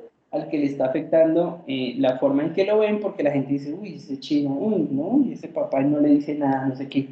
Pero entonces hay que hacer una preparación psicológica también para esa persona, porque esa persona también está sufriendo un refuerzo social o no al respecto. ¿Sí? Hay gente que usted lo ha visto en la calle, hay gente, incluso uno puede ser, uno ve chinos que hacen pataletas, lo que sea, y uno, y el papá no dice nada. Entonces él siente presión, esa presión hace parte de ese refuerzo social, que lo inducen a él a decir, ah, ya no moleste más, y sangolotear al niño como diría mi mamá. ¿Sí? Entonces hay que ver también que esos hacen parte integral del asunto. Entonces, en la formulación clínica simplemente lo que va a aparecer adicional a eso pues son el formato que tiene que ver con las hipótesis de mantenimiento. ¿Qué es eso? Que usted haga un análisis después de haber, digamos, establecido qué es lo que hizo que apareciera la conducta, que usted haga un análisis para mirar qué es lo que hace que se mantenga la conducta. Entonces, si ese proceso que hace que se mantenga la conducta es un reforzador o no es un reforzador, o es un castigo, o es un refuerzo diferencial, o es qué, ¿cierto? Básicamente, aquí usted lo colocaría en ese formato con la información que allí le están pidiendo. Yo no le estoy pidiendo esa información, yo le estoy pidiendo es que con ese ejercicio usted simplemente llegue a ese análisis sin necesidad de escribirme ese formato. ¿Listos? Y luego de eso, entonces, establecer los objetivos. Yo establezco esos objetivos de acuerdo a lo que me decía aquí este formatico. Saltémonos la integración ahí, porque si usted lo va a hacer por esta formulación clínica, luego entonces miramos la integración. Pero entonces, ya que usted empieza a integrar, pues cuáles van a ser sus metas terapéuticas, usted ya a estas alturas pues tiene una hipótesis, que es lo que yo les estoy diciendo como tarea, de más o menos de adquisición, ya sabe qué es lo que lo mantiene, que lo mantiene un esquema de reforzamiento en el que el niño o la pareja siempre logra lo que quiere. En el caso de la pareja, pues es que a partir de las discusiones, pues siempre ella o él se sale con la suya, y eso pues hace que se mantenga el síntoma, que es que busca cualquier excusa para pelear o para ser celoso o lo que sea, ¿cierto? Y entonces ahí, ¿qué es lo que yo necesito hacer? Miren que ahí dice ya especificar. Entonces aparecen esas metas en las que yo voy a decir, voy a decrementar la conducta de pataleta. ¿cierto? Decrementar la conducta de discusiones por por el uso del celular. Decrementar o incrementar la conducta de charla. Para si es que tenemos, digamos, un problema en los que las personas se les dificulta hablar de lo que les sucede. El caso es que lo más simple que usted puede plantear es incrementar o decrementar una conducta. Así de sencillo. Conducta. Espérenme. Listos. Entonces yo necesito incrementar o decrementar una conducta. ¿Cómo? Entonces aquí es donde ya viene lo que estábamos hablando con Joana. Pues cuáles son las actividades particulares que debo hacer, ¿cierto? Para llegar a cumplir esa meta. ¿Sí? Entonces habíamos dicho, listo, número 1, entonces vamos a anticipar la actividad. Entonces dentro de anticipar la actividad, usted puede describir que el padre, ¿sí?, debe describir lo que va a suceder durante la salida. ¿Sí? 2, el padre debe anticiparle, por ejemplo, anticipar el dinero máximo a gastar. ¿Sí? 3, debe compartir con el niño el valor de cada cosa a comprar, ¿cierto? Esto para que yo pueda hacer con él, por ejemplo, le digo, listo, mire, hicimos una lista de los huevos, el pan, el chocolate, el tamal o lo que sea, y esto me dio 5.000 pesos. ¿Cuál es el máximo que podemos gastar? 5.000 pesos. ¿Y cuántos son 5.000 pesos? Estos son los 5.000 pesos, lo que sea. O sea que usted como estrategia, usted puede, en ese caso, usted puede ser un poco creativo, digamos, porque como son tantas las posibilidades de problema que se nos pueden presentar en consulta, siempre lo que vamos a ver son indicaciones, a menos de que usted esté trabajando, por ejemplo, como en el debug, con rehabilitación, pues entonces es mucho más específico, ¿cierto?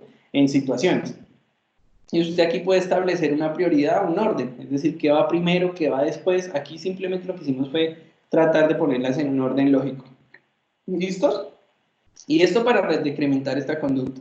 Para decrementar otra conducta, entonces lo mismo. Tenemos que hacer un alto, entonces usted aquí le coloca cuáles serían las actividades que va a realizar. Entonces, primero que todo vamos a hacer un contrato de pareja, no sé.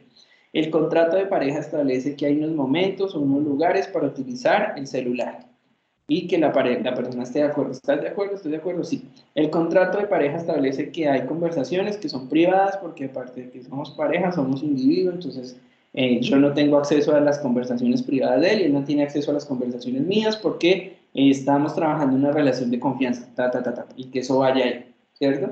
Y lo vamos implementando y vamos mirando, entonces cómo esas actividades o esos elementos que yo propongo decrementan o incrementan la conducta. ¿Cómo vamos a hacer ese análisis? Pues porque como tenemos una medición, ¿se acuerda? Habíamos hecho una medición y si lo estamos haciendo semana por semana, podemos hacer esa planificación. Mire, durante esta semana, entonces usted le va a anticipar al niño. Durante esta semana usted va a hacer el contrato con su pareja y vamos a mirar cómo funciona. Cada vez que vaya a aparecer una conducta, usted le recuerda el contrato. Cada vez que vaya a aparecer una pataleta, usted le recuerda que teníamos un número máximo de gastos. Cada vez que vaya a aparecer una... ¿sí? Y usted entonces le va solicitando a la persona, entonces la siguiente semana usted me trae esta misma medición y yo voy mirando la curva. Si incrementó, si decrementó, si se quedó igual o qué fue lo que pasó, ¿cierto? Mire todo lo que estamos haciendo de corte sobre todo comportamental.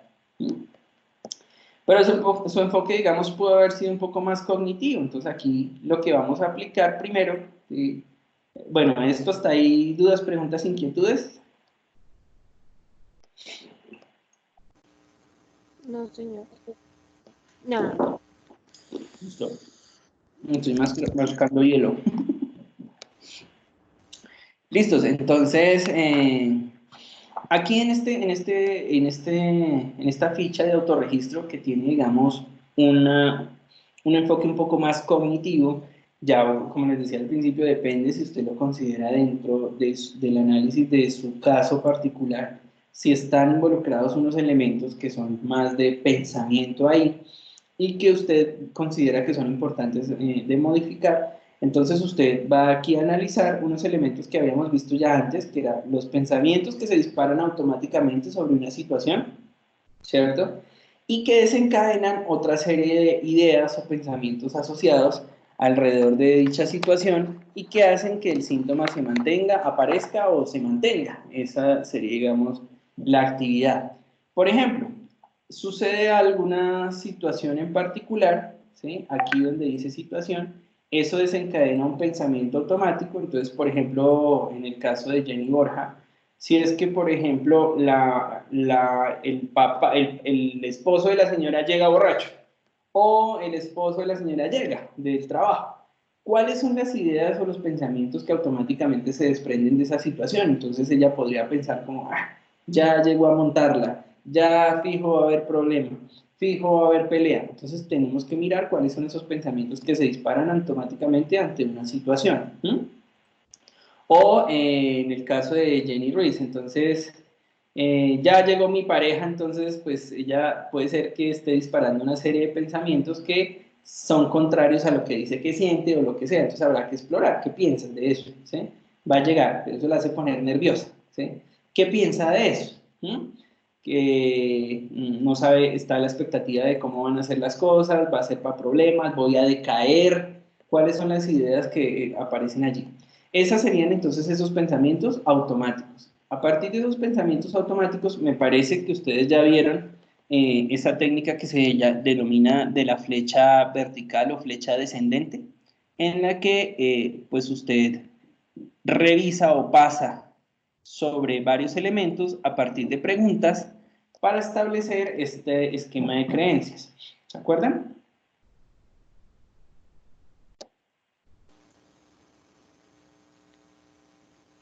No, profe, la verdad no, o sea, eso que acabas de mencionar, no sé si de pronto lo haya aprendido con otro nombre o si sea referente a las ideas irracionales.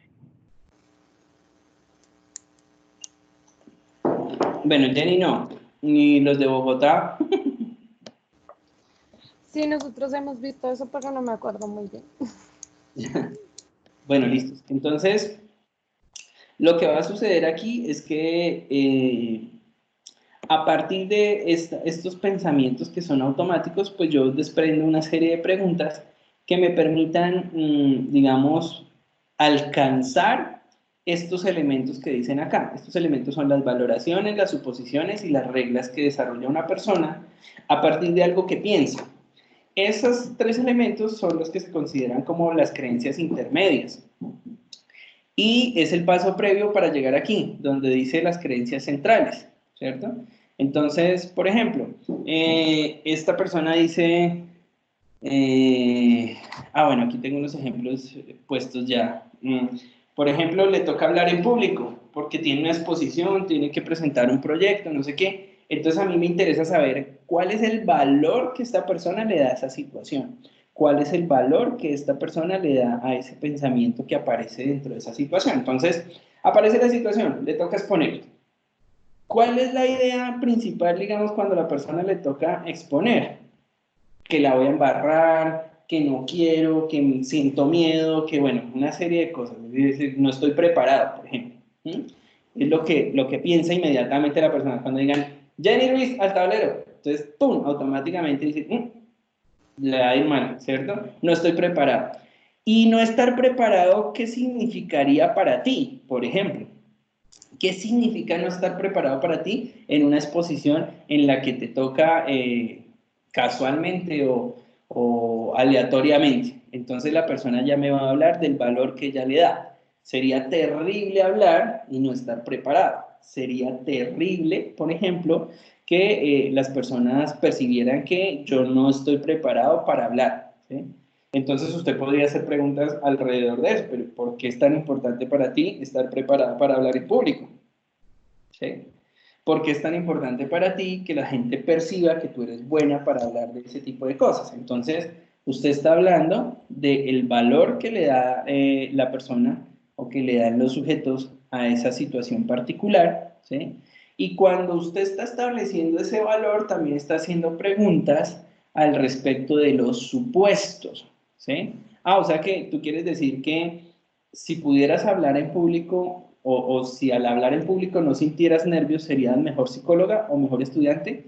Entonces, aquí estoy alcanzando las suposiciones. Ella le da un valor de bueno, positivo, negativo o muy, muy malo, pésimo al respecto de alguna situación que se desencadena de un pensamiento. ¿Listos? A un Profe, pensamiento que se desencadena de una situación, perdón. ahí también podríamos ver si de pronto la persona tuvo alguna situación aversiva, ¿no?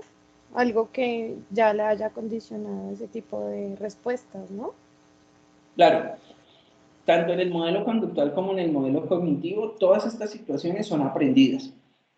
Entonces es altamente probable que ya haya aprendido a sentirse mal al hablar en público, porque, por ejemplo, en historias previas, cuando no estaba preparada, se burlaban de ella. Los colegios, sí, yo no sé, bueno, sí, todos sabemos, los colegios son una fuente inagotable de traumas para los muchachos, para todos nosotros, ¿sí? En mi caso, pues siempre me la montaron uno por ser negrito, por ser flaquito, lo que sea, por ser negrito sobre todo. Y sí, Sería uno por ser chiquito. no me puedo desteñir. Pero, y mi alternativa para trabajar sobre esa situación fue volverme agresivo. Entonces yo era muy agresivo en la universidad, no en el colegio. Me torné fue agresivo, mis respuestas siempre eran agresivas, siempre cuando era pelea era conmigo, bueno, todo ese tipo de cosas. Entonces, claro, cuando usted va a rastrear la razón de ser de esa situación, usted se va a encontrar con un proceso de aprendizaje. ¿Listos? Entonces, ¿qué significa para la persona? Es posible que, listo, le tocó exponer, automáticamente no estoy preparado. ¿Y qué significa para usted no estar preparado? ¿Eso sería algo bueno? ¿Sería algo malo? No, sería terrible. ¿Por qué? Seguramente se van a burlar de mí, entonces aparecen las suposiciones. Seguramente se van a burlar de mí, seguramente el profesor me va a poner una mala nota, seguramente va a pasar esto. Él ya empieza a hablarme de los supuestos. Entonces, nótese cómo yo estoy desencadenando a partir de preguntas una cosa y la otra. O sea que supones que si te toca a ti, entonces te va a ir mal. Si así estuvieras preparado, entonces yo estoy mirando varios ángulos. Podría ser que la persona piense que no está preparada, pero sí lo está. ¿Sí?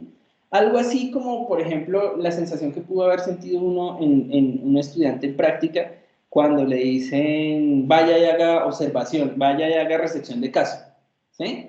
¿Cuáles son los pensamientos automáticos que se disparan ahí? Uy, no, yo no, porque a mí no, yo no sé. ¿Ah? Sí, como No. cuando uno llega a las 8 de la mañana y le dicen haga recepción de caso de una vez. Así, Exacto, tal exacto. cual. Pero entonces, ¿cuál es el análisis ahí? Pues el pensamiento automático, ¿cuál es? En condiciones normales, usted es capaz de sobreponerse a esos pensamientos. Es decir, que aunque hay unos pensamientos, por ejemplo, que le dicen a usted no estoy preparado, ¿cómo así? Que lo llevan a la ineficacia, en condiciones normales usted es capaz de sobreponerse a esa idea y hacerlo. Es decir, bueno, listo. Como cuando me dicen a mí siempre algo está preparado, yo digo no, pero hágale, ¿cierto? Entonces, en condiciones normales eso sucede. Cuando es en que se vuelve o se torna incómodo para una persona, cuando esos pensamientos que se disparan, ¿cierto? Le están empezando a generar problemas que nosotros llamamos en estos dos modelos como desadaptativos, unas respuestas desadaptativas. ¿Cuáles son esas respuestas desadaptativas? Por ejemplo, que pasa al frente y la voz se le corta. A mí me pasa es que me salen gallitos, ¿no? Pero que la voz no le da, eso de pronto usted lo ha visto entre sus compañeros exponiendo, hay gente que parece que fuera a llorar literalmente, y puede ser una persona brillante, o sea, saber de pronto mucho de lo que va a hablar, pero cuando está hablando en público se le corta la voz, se le olvidan las cosas, se pega al tablero, se cruza las manos, se las pone atrás, no sé, le da risa incontenible o se pone a llorar. Yo tuve como un compañero que le dio un trastorno conversivo, le dio aquí una parálisis lumbar y se fue caminando así agachado para la casa porque se paralizó cuando tuvo que salir a hacer una exposición y se agachó a recoger algo y ahí quedó. Cuando bajó la ansiedad, se le quitó el síntoma y volvió otra vez. Entonces alguien puede decir, no, pues es algo físico y un masaje y no sé qué. Pues sí, pero se desprendió de una situación psicológica, de la angustia tan grande que le dio a la persona tener que salir a hablar. A pesar de que era una persona brillante y sabía lo que es y actualmente dirige pues algo por ahí. ¿Listos? Entonces, miremos eso. A partir de esas preguntas, entonces, qué tan valioso o cuál es el valor que le da la persona a esa situación? ¿Qué tan terrible sería para ti? O sea, te tocó hacer hoy recepción de caso. ¿Y eso es bueno o eso es malo? No, nada, yo no estoy preparada, o sí, para las que sea, no sé. ¿Cuál es el valor que le da la persona a esa situación? ¿Ya confían en mí o no? ¿Mm? Bien, y a partir de ahí se desprenden esos supuestos. Entonces sí, seguramente me va a ir mal, seguramente estoy siendo mal visto, como los ejemplos que aparece aquí. Hablar en público me podría hacer mejor estudiante, o en el caso de Jenny Ruiz, por ejemplo, ceder a las expectativas de mi ex haría que esta persona me quiera, o ceder a las expectativas de él haría que me siga satisfaciendo o que me produzca satisfacción sexual, si ese fuera el caso. Entonces hay suposiciones, o sea que yo me tengo que comportar de una manera para que él haga esto otro. Entonces hay suposiciones ahí al respecto. Tengo que ceder a sus expectativas para que esto pase. Entonces hay algo al respecto, ¿cierto? O en el caso de Jenny Suárez, por ejemplo, no puedo vivir sin mi esposo, o estoy muy vieja para arrancar, ¿cierto? Y de ahí se desprenden pues unas reglas particulares. Y es que en el primer caso, por ejemplo, pues esa regla es pensar que tengo que ser bueno para hablar en público porque tengo ideas al respecto de esas ideas que se desprenden de los pensamientos automáticos, de las valoraciones y de las suposiciones y desencadenan en una regla. Mi regla es, tengo que ser bueno para hablar en público. Como no lo soy, ¿cierto? Es terrible para mí no serlo, ¿sí? Y seguramente si me va mal, entonces me van a ver mal visto. Esto me llena de una carga, que es una carga autoimpuesta, es cognitiva. Hace parte del flujo de pensamientos que tengo sobre mí mismo. Y eso es lo que hace que no sea tan eficiente para hablar en público. Entonces, a esto es a lo que se le denomina esas creencias intermedias. Sobre estas creencias intermedias, pues entonces usted va a desprender unas que serían como las creencias centrales, que sería como los factores comunes a partir de este análisis que usted está haciendo, y esas creencias centrales entonces están relacionadas como con la idea central del respecto. Como por ejemplo, la idea central al respecto de ese asunto de que no puedo hablar en público, de que necesito hablar bien para que los otros me quieran, de ese tema de que necesito ser mejor para hablar en público, para ser mejor psicólogo o para ser mejor estudiante, se desprende una idea de que no soy muy bueno para hacerme entender. Esa sería entonces la creencia central. O sea que tú igual vas orientando un poco, ¿sí? Esa situación, y por eso en la técnica de la flecha descendente, lo usual es que usted vaya haciendo preguntas desde esas creencias automáticas hasta llegar a las reglas para poder formular una idea central.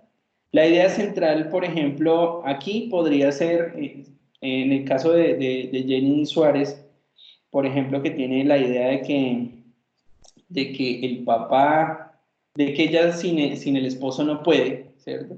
Entonces podría ser que en este caso de la creencia central es que ella no es capaz, ¿sí? O sea, la idea central es que no es capaz. ¿Que no es capaz de qué? Pues no es capaz de independizarse, no es capaz de hacer una vida fuera de la familia, no es capaz de tener una pareja diferente, no es capaz de reconstruir su vida, de terminar su profesión, ¿sí? Eso sería una de las conclusiones que yo alcanzaría cuando voy a hacer un análisis de esta naturaleza. ¿Qué tan bueno, qué tan malo sería estar solo, por ejemplo? O estar sin su familia. Eso sería terrible. ¿Por qué? Porque mi familia o mi esposo así me golpee, pero por lo menos él da para el mercado. Entonces ahí yo estoy mirando las suposiciones y las reglas particulares, la forma en que ella valora estar ahí. No importa, pues él me pega, pero yo sé que me quiere, ¿sí? Y entonces la idea central para ella, por ejemplo, podría ser que no es capaz de desarrollar una vida fuera de su pareja, ¿no? Listo, chinos. Entonces, aquí en términos generales lo que vamos a tener para finalizar es una tareita. Tanto en este modelo que es como más conductual, como en este modelo que es más cognitivo, existen una serie de técnicas que son las que me van a ayudar a aproximarme a una modificación conductual, ¿sí? Esas técnicas que me van a ayudar a aproximarme a una modificación conductual, pues yo les voy a pedir que las empecemos a registrar. Todo esto ustedes lo saben que ha sido como proceso evaluativo, o sea, de cómo evaluar la conducta. Pero vamos a empezar a registrar las técnicas de esta forma. Espérenme un segundo. Si la veo acá, si la veo aquí, yo la tenía por acá, ya, listos. Entonces, la vamos a registrar a partir de la elaboración de unas fichas, ¿cierto? Que son similares a esta. Esta ficha es de psicopatología cognitiva, pero vamos a empezar por las conductuales, ¿cierto? Entonces, miren esta ficha, hay una definición de qué es cognición, hay una definición de la cognición cuando es patológica y de conceptos claves. Hay una definición o unas introducciones a las teorías básicas allí, ¿cierto? Y a los autores, vean, está Beck, está Abramson, ¿no? Y luego aparece una definición de las técnicas también asociadas a la terapia racional emotiva en este caso. Entonces aquí yo coloco la técnica, ¿sí? Técnica de reputación, técnica de sugestión, autosugestión. Esto es un ejemplo. Técnica de presentación de lecciones y acciones, precisión semántica, terapia de atribución, método de distracción, bueno, etc. Y aquí tengo una serie de técnicas conductuales también. Pero entonces lo que yo quiero es que tengamos cada uno de nosotros una ficha similar a esta en la que documentemos las técnicas conductuales primero. ¿Listo? Profe, Señora. ¿tú nos podrías enviar ese, No, como esa, nunca. nunca? Nunca. No, porque quiero que ustedes la armen creativamente. Ese sería solamente un Profe, ejemplo. pero primeramente serían las técnicas conductuales y luego las cognitivas o solo las conductuales. Sí, primero las conductuales. Primero vamos a centrarnos en técnicas conductuales. Madre, es que no. Y entonces para eso pues les voy a sugerir por aquí algunas. Y voy a mirar aquí donde tengo. Para eso entonces tengo como una presentación que podemos aquí revisar muy rápidamente y que usted puede ver, digamos, unas sugeridas y que usted puede ir revisando dentro del proceso. Perdón, se me perdió. Listos. Entonces, por ejemplo, esas técnicas que nosotros vamos a utilizar de corte conductual son técnicas de modificación de conducta. Las técnicas de modificación de conducta, entonces, estarán orientadas a lo que les decía ahorita. El principio básico es incrementar o decrementar una conducta. Ya hicimos como todo ese proceso de evaluación en la que vimos que lo principal es que usted pueda hacer un análisis de los antecedentes y de las consecuencias de una conducta y que ahí en esa relación analítica que usted hace, pues va a definir qué es lo que está sucediendo entre una cosa y la otra, ¿cierto? Para que luego usted pueda establecer el objetivo, diga, aquí vamos a reforzar o vamos a decrementar. Entonces, el objetivo básico en este nivel conductual es, ¿qué vamos a hacer? ¿Vamos a decrementar o vamos a incrementar una conducta? Las técnicas conductuales, digamos que básicamente se dividen en técnicas que me van a permitir a mí reforzar o decrementar una conducta, modelarla o moldearla. ¿Se acuerdan de la diferencia entre modelamiento y moldeamiento? Sí, señor. Listos. Entonces ahí está. Y lo otro es el reforzamiento social, pero entonces lo que vamos a mirar es una ficha, una definición que sea de técnicas conductuales, la mayor cantidad de técnicas conductuales que usted se encuentre, ¿listo? Que podamos definir. Para ese caso, entonces, ¿qué me interesa? ¿Qué necesito? Que me digan cuál es el autor de esa técnica, cuál es el objetivo o en qué momentos la podríamos utilizar, cómo se aplica y un ejemplo. Eso en un cuadrito como el que les mostré ahorita. Entonces, ¿Puedes repetir, porfis? Sí, claro que sí. El nombre de la técnica, ¿sí? El autor, cuál es el objetivo de la técnica, ¿sí? Para que me digan entonces cuándo se aplica, ¿sí? Cómo se aplica y un ejemplo. Ok. Listos. Entonces, ahí nos vamos a dar cuenta de unos elementos que están ahí involucrados, que son los programas, esencialmente están divididos como en programas. Esos programas macro de las técnicas cognitivas conductuales son los programas de razón fija y de razón variable y los programas de intervalo fijo y de intervalo variable. ¿Cómo lo harían? Ese sería, digamos, el detalle en cada uno. ¿Se acuerdan de eso? Razón fija y razón variable, intervalo fijo y intervalo variable. Señor. ¿Sí? Y pues Bueno. yo me acuerdo fue el ratoncito que me hicieron hacer. Un ratoncito. Profe, sí, a mí me pusieron a sacar un ratón, la profesora Santana. Yo tuve el ratoncito. Estaban haciendo, Hicimos el... pero con Snippy, Señor. ratón normal. No, profe, el ratón real. Nosotros compramos el hámster ruso, y le hicimos eso, para hacer la razón fija y razón variable, y intervalo fijo y intervalo variable. Ah, excelente, Jessica. Así es que es. Listos, Pero mi entonces. ratoncito sufrió mucho. Pues claro, listos. Entonces, tarea. Si usted no había hecho lo de las hipótesis, pues hágalas. ¿Cuáles son las hipótesis? Las hipótesis de adquisición, la hipótesis de mantenimiento y la hipótesis diagnóstica. ¿Qué otra cosa les dije que había que hacer? Las tablas de autorregistro, donde usted iría a pedirle al sujeto que registre qué conductas y cómo las mediría usted, o sea, qué tablita haría usted para medir la frecuencia. Eso sería, digamos, lo básico. Y lo otro que seguiría ya con esto, pues es que usted haga una ficha, le vamos a llamar así, una ficha, donde usted meta la mayor cantidad de técnicas, ¿sí?, conductuales, y donde establezca el autor, el objetivo de la técnica, para que pueda establecer en qué momento se aplica, ¿cierto?, cómo se aplica y un ejemplo, eso es. Y pues lo vamos revisando. Esto porque como ya estamos, digamos, pasando ya la etapa como de evaluación y de análisis de esa evaluación, pues entonces luego ya tendremos que ir mirando como las técnicas en cada uno de los casos para que usted en sus objetivos ya puedan decir, ¿se acuerda que decíamos la meta terapéutica? ¿Cuál es la meta? ¿Incrementar o decrementar? ¿Cómo? Entonces ahí ya donde usted pueda poner que va a aplicar esta técnica, va a aplicar esta otra técnica y que particularmente para el paciente lo va a hacer así.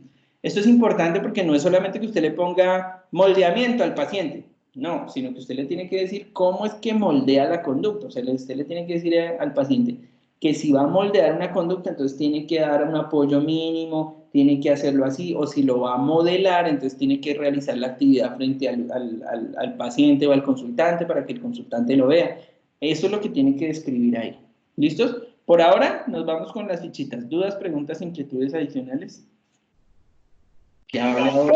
Profe, ¿Toca presentarlo en algún momento, o sea, con alguna fecha específica o cómo? Es que hasta hace poquito me pude conectar. Sí, bueno, una pregunta y la otra. ¿Quién si toca presentar? profe, Señora Jenny. o sea, lo que tú dices que hay para hacer sobre la técnica, o sea, ¿solo se hace en base a una sola técnica o tengo que hacerlo varias técnicas? No. Son varias técnicas, pero todas conductuales. Es decir, que el ejercicio es ir a buscar, aquí yo les pongo unas técnicas conductuales para hacer la ficha con esas, ¿sí? Pero si usted encuentra más, pues claro, por eso el ejercicio es individual, para que de pronto tú encontraste unas que Jenny no, o que Lorena no, y las podamos compartir y hacer una ficha más grande, ¿cierto? Después vamos a mirar técnicas de la terapia racional emotiva, después vamos a mirar técnicas solo emotivas, ¿sí? Pero entonces vamos a arrancar por las técnicas conductuales. ¿Listo? Todo lo que ustedes encuentren que sea modificación de la conducta, y con esas vamos a hacer una fichita como el ejercicio que les había hecho. ¿Listos? ¿Y que para cuándo? Pues sería ideal tenerlas para la siguiente sesión, Lorena. Lo que yo no estoy haciendo, porque yo espero que usted sí lo vaya haciendo, es que vaya teniendo su documentación de lo que estamos hablando, porque les decía al principio que de pronto, como la preocupación esencial es que ustedes no han practicado, entonces es posible que la estrategia sea sobre la práctica, o sea, que ustedes los van a mandar a hacer y hacer y hacer y hacer. Esa es la idea. Entonces lo importante es que ustedes sean muy juiciosos con esto, porque de pronto las asesorías después no van a ser de la misma manera, o sea, no van a ser tan específicas porque específicos estamos siendo ahorita. Ya el resto es que usted, digamos, aplique esto a su paciente. Ah, ok, ya entiendo. Adelantado pues para la siguiente sesión. ¿Listo, chicos? ¿Alguna pregunta adicional? Profe, bueno, sobre lo de las técnicas de, conductuales, tenemos que tenerlas listas para la próxima asesoría, pero sin embargo te las enviamos a algún correo en algún formato específico o las hacemos como nosotros, como querramos. Si quieren, yo les doy como el modelo de la ficha que tengo, como para que usted se oriente, pero usted puede ser lo creativo que quiera porque la ficha va a ser para usted. Es decir, yo la tengo de esa manera porque así la entendía yo, pero para mí lo importante es que la entienda usted porque en el proceso lo que quiero que construyamos es como un portafolio de técnicas, que cuando acabemos la asesoría, usted ya tenga, digamos, un portafolio de técnicas que usted puede consultar y listo, le queda más fácil, no me Claro. necesita, no me necesita un asesor. Entonces, ahí es donde les doy un rango de creatividad, pero si quieren, en el WhatsApp me recuerdan y yo les envío ahí como el formato que yo tengo, ¿no? Ok, profe, gracias. Listos. Chicos, entonces, si no hay más preguntas o cualquier cosa, me informan por el WhatsApp. Esta sesión fue grabada para que usted, como en el caso de Lorena, pueda revisarla nuevamente. Recuerde entonces, antes de despedirse, ahí escribirme en el WhatsApp que asistió y se despiden y ya. Entonces, pues la bendición, en nombre del Padre y del Espíritu Santo. Amén. Felices Semana Santa. Acuérdense que no se pueden quedar pegados ni nada de esa vaina. ¿Listos? No coma tanto pescado. Sí, nada. Chao, profe, gracias. Que esté muy bien. Chao, Acuérdense. profe, que estés bien. Chao, lo mismo, Johanna. Escríbanme ahí, chavos, Bueno, chao. En el chat, en este chat, ¿sí? en el chat para terminar de registrarle la asistencia.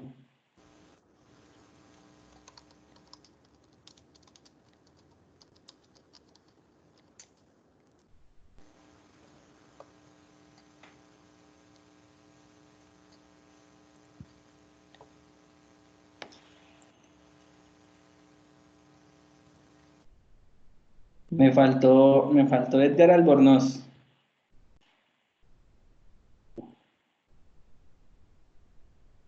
Tiene que entrar a mirar la clase. Él escribió en el grupo que estaba trabajando. Ah, bueno, listo. Quedó el video para él. Si le indicas que ahí está el video para que lo consulte. Listo. Gracias, María Alejandra. Yo también estoy esperando videos. Sí, pero